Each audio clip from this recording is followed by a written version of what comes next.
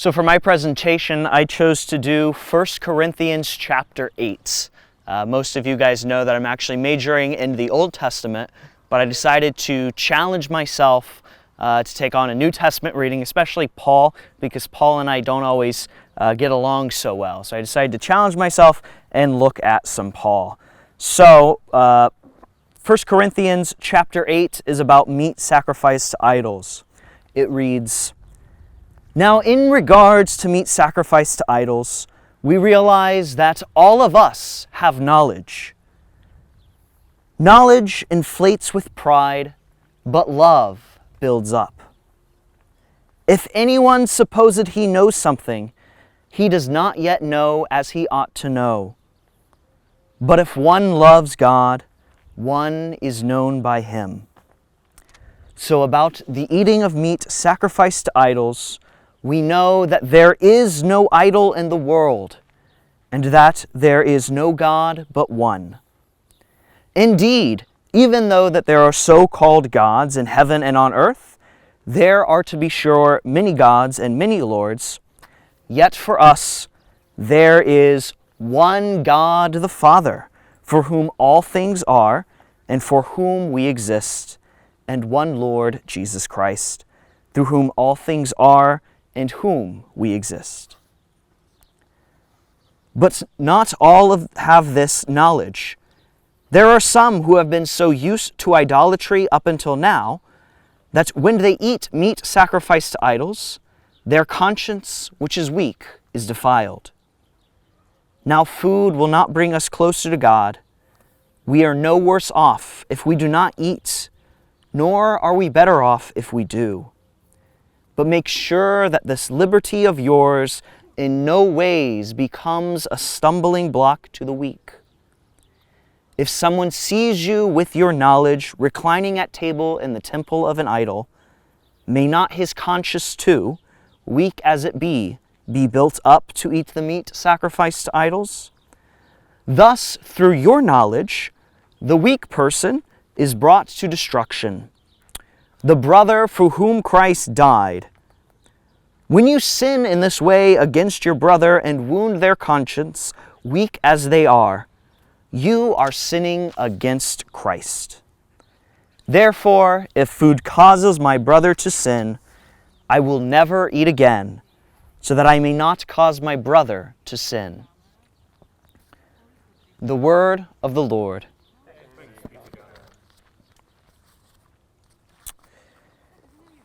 So I chose this reading because I have a strong interest in food, as most of you have picked up over the last 2 weeks. I love cooking. I love trying different foods. So I grew up cooking for my family. I grew up cooking in my uncle's pizza place. Cooking and food have always took up a large part of my time. And there is a lot of theology about food, such as table fellowship. There are a lot of colloquialisms about food that brings people together. However, food can also divide us and separate us. So when I read this reading, I am very interested in how the meat sacrificed to idols became a source of division for the early Christians. So I want to first give you some context to this reading. Then I'm going to tell you what I learned, and then we're finally going to end with some discussions about how this affects our culture, how this affects our ministry, and the way we live our lives.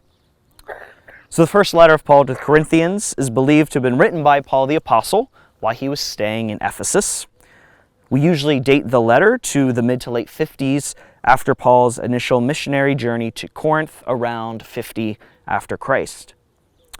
Paul's writing this letter to address issues that he had heard from Corinthians or from other disciples that were happening in the church at Corinth.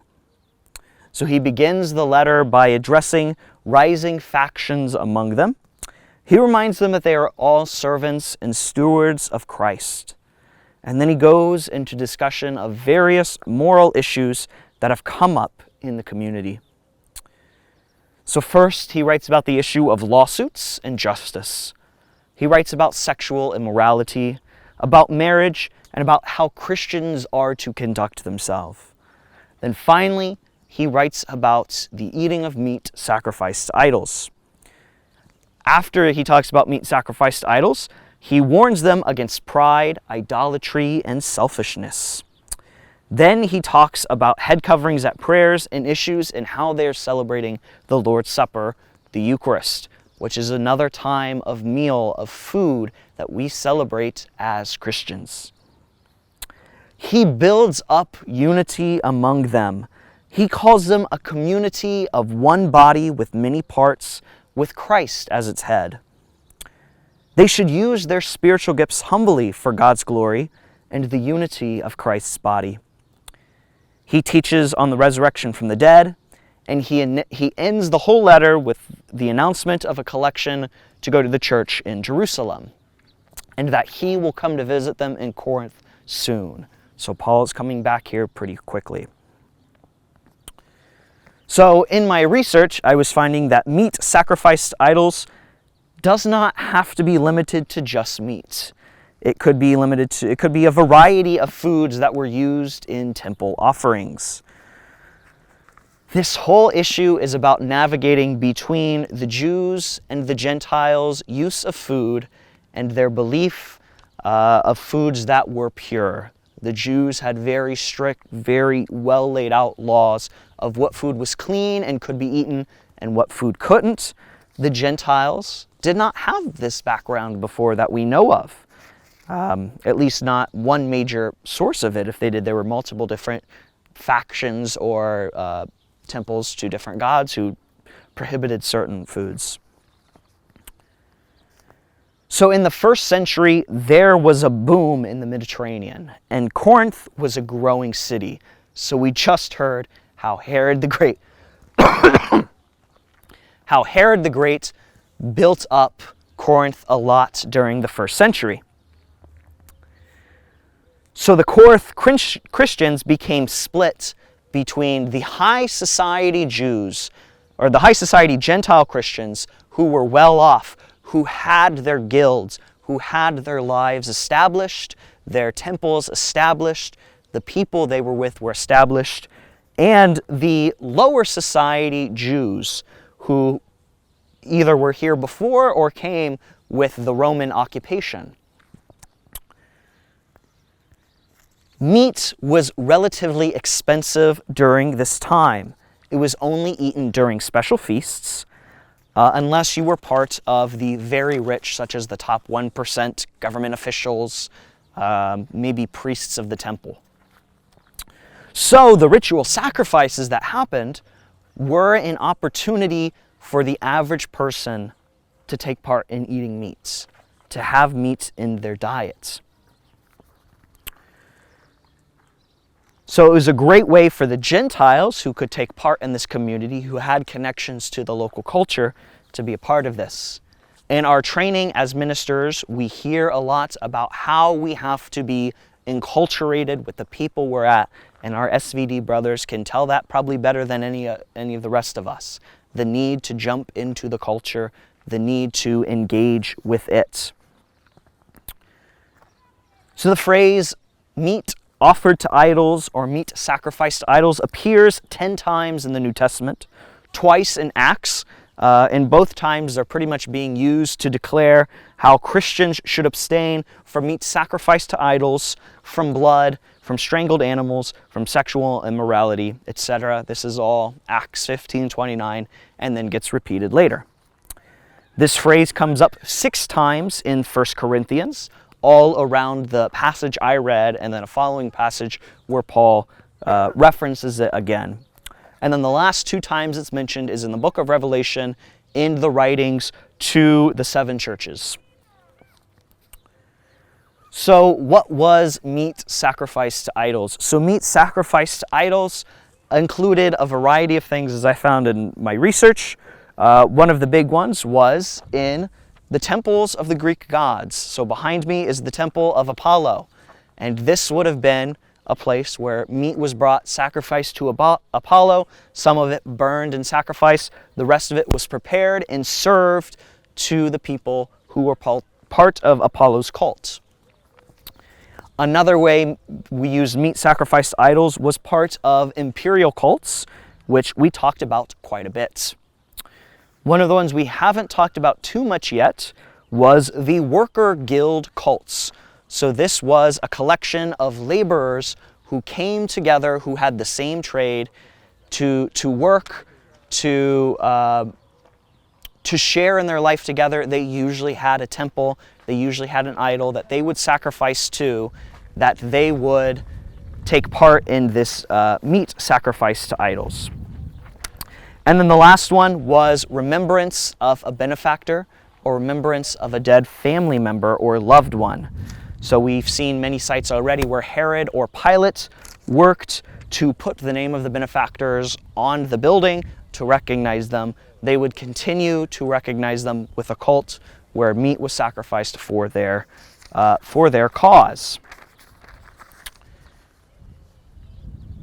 So a lot of this meat sacrificed to idols was for protection, for help, or for thanksgiving. I was connecting this to meals we have for the sake of benefactors. Oftentimes we have little celebrations, especially for our religious orders, for people who support our parish, who support our ministry. Right as we were leaving Chicago, there was a little dinner, Blessed Are the Peacemakers, where we were giving thanks to the benefactors of C.T.U. And this is what I was connecting the meat sacrificed to idols to. So religious exclusivism was not common in the Hellenistic world.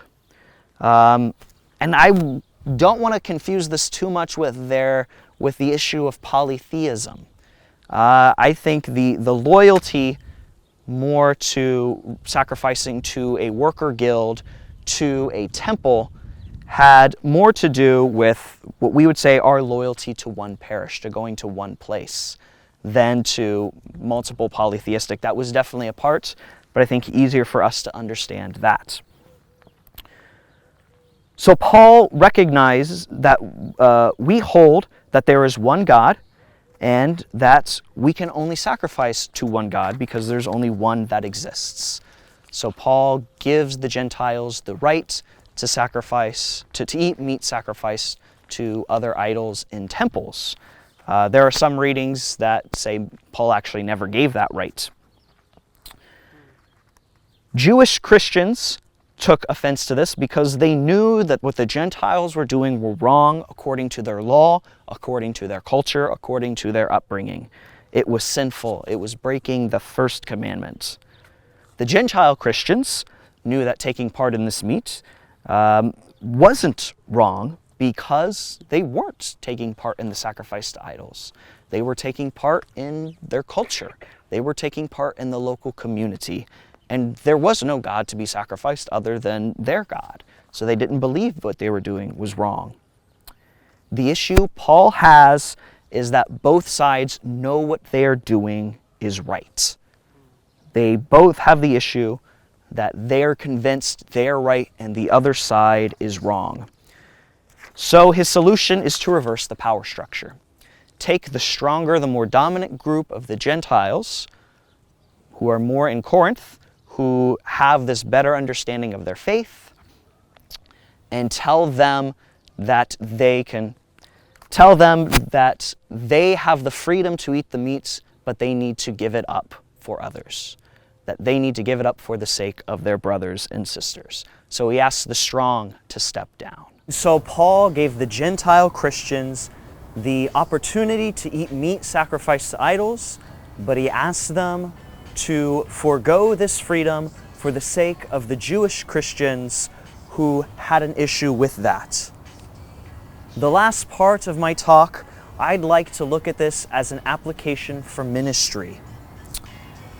What if we applied Paul's answer to other issues in our faith life, to moral gray areas we have in the church today? One of the things we all have as religious congregations is how we live out our faith.